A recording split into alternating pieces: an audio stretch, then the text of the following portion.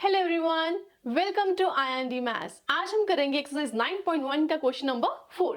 So question number 4 is the diagonals of a quadrilateral shape field is 24 metre. जो हमें diagonal दिया quadrilateral का कितना दिया 24 metres and perpendicular dropped on it from the remaining opposite vertices are 8 metres and 13 metre. देख रहे हैं हमें क्या जो परपेंडिकुलर ड्रॉप हुआ है इस डायगोनल पे उसकी लेंथ क्या है 8 metre and 13 metre. So find the area of the field. So this is very easy question, right. हमें इसमें क्या दिख रहा है, एक क्या बन रही है हमारी ऊपर वाली ट्रायंगल, नीचे भी क्या बन रही है हमारी ट्रायंगल। तो दोनों ट्रायंगल के एरिया हम क्या करेंगे, ऐड। क्या करेंगे, add. It will give you a total area of this quadrilateral. So we write area of quadrilateral. Quadrilateral को लेबल कर दे, suppose it is A, B, C and D. So area of quadrilateral ABCD it will be equal to area of triangle, कौन से triangle ABD plus area of second triangle कौन सी है, that is BCD. Now we know that very well area of triangle क्या होता है, half into base into height. So we will apply the formula for this first triangle ABD.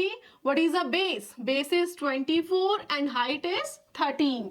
And for triangle BCD, half base is 24 and height is 8. Right? अब common देखो क्या है, half दोनों में common है, हमने बाहर निकाल लिया। 24 दोनों में common है तो हमने इसको भी बाहर निकाल लिया। देन क्या आया, 13 प्लस 8 जो आया हमारे घर के अंदर आए, ये दो बाहर निकल गए, राइट।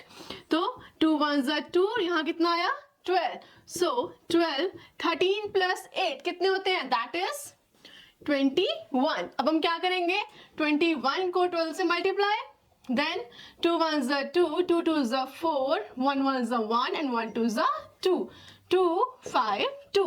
सो आंसर हमारा कितना आया, that is 252 and units is meter, so it will be meter square. So area of this field is 252 meters square. Now our next question is question number 5, and question number 5 is the diagonals of a rhombus are 7.5 centimeters and 12 centimeter. Find its area. अब क्या given है, diagonals किसके, rhombus के। तो area क्या होता है rhombus का, that is half into d1 into d2। तो हम पहले क्या बनाते हैं, diagram. This is your rhombus, किसकी शेप होती है, काइट की शेप या फिर किसकी, बर्फी की शेप, राइट।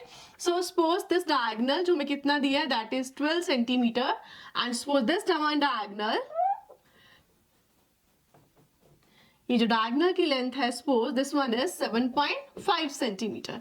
नाउ सबसे पहले गिवन लिखते हैं, गिवन क्या है, that is d1 is given, suppose this is 12 centimetre and d2 is that is 7.5 centimetre. So what is the area of rhombus? Area of rhombus that is equal to half into d1 into d2, right. So half, अब क्या करेंगे, just values fill करेंगे और क्या निकालेंगे, answer. So d1 is 12 and d2 is 7.5। अब ये किस पे गया, 2 6 12।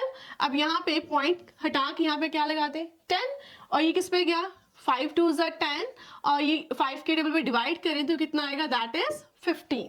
अब ये 6 भी 2 के टेबल पे डिवाइड हो रहा है, 2 3 6, तो क्या बचा 3 into 15। सो 15 3 क्या होता है, that is 45 and units will be centimetres square. So this is your area of rhombus.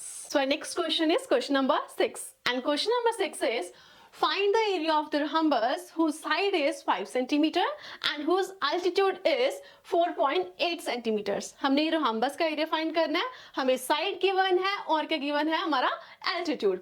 If one of the diagonals is 8 centimetre long, एक डायगोनल दे दिया, and find the length of other diagonal, दूसरे diagonal की हमें length क्या find करनी है। इसमें दो पार्ट है, एक पार्ट क्या है, हमें साइड गिवन है और परपेंडिकुलर की लेंथ गिवन है, हमने क्या फाइंड करना है, rhombus का एरिया। उसके बाद सेकंड पार्ट क्या है कि अगर हमारे पास d1 एक डायगोनल की लेंथ दे दी, दूसरे डायगोनल की लेंथ हमने क्या करनी है, फाइंड। तो इसको कैसे करेंगे, तो सबसे पहले हम क्या बनाएंगे, diagram. So diagram is like this is your rhombus, और जिसके साइड क्या गिवन है, whose side is 5 centimeters and altitude, here we will drop the altitude, उसकी जो लेंथ है that is 4.8 सेंटीमीटर, राइट। उसके बाद क्या गिवन है हमें, एक डायगोनल की लेंथ गिवन है दैट इज 8 सेंटीमीटर। जो दूसरा डायगोनल होगा यहां से लेकर यहां तक उसकी लेंथ हमने क्या करनी है, फाइंड। सो पहले फर्स्ट पार्ट करते हैं और गिवन लिखते हैं। Given is, so this is side. अब देखो एरिया किसका फाइंड करना है, रहम्बस का। तो रहम्बस है क्या, दैट इज अ पैरेललोग्राम। सो जो एरिया होगा रहम्बस का किसके इक्वल होगा, area of parallelogram. So area of parallelogram क्या होता है, that is base into height. So we will write base कितना में गिवन है, that is 5 centimeters and height is 4.8 centimeters, right? So we will write area of rhombus that will be equal to area of parallelogram. It will be equal to parallelogram and parallelogram का formula क्या होता है, that is equal to base into height, right? So what is the base? Now here base is 5 and this is 4.8. Now point को यहाँ पे cancel करके नीचे हम क्या लगा रहे हैं, 10।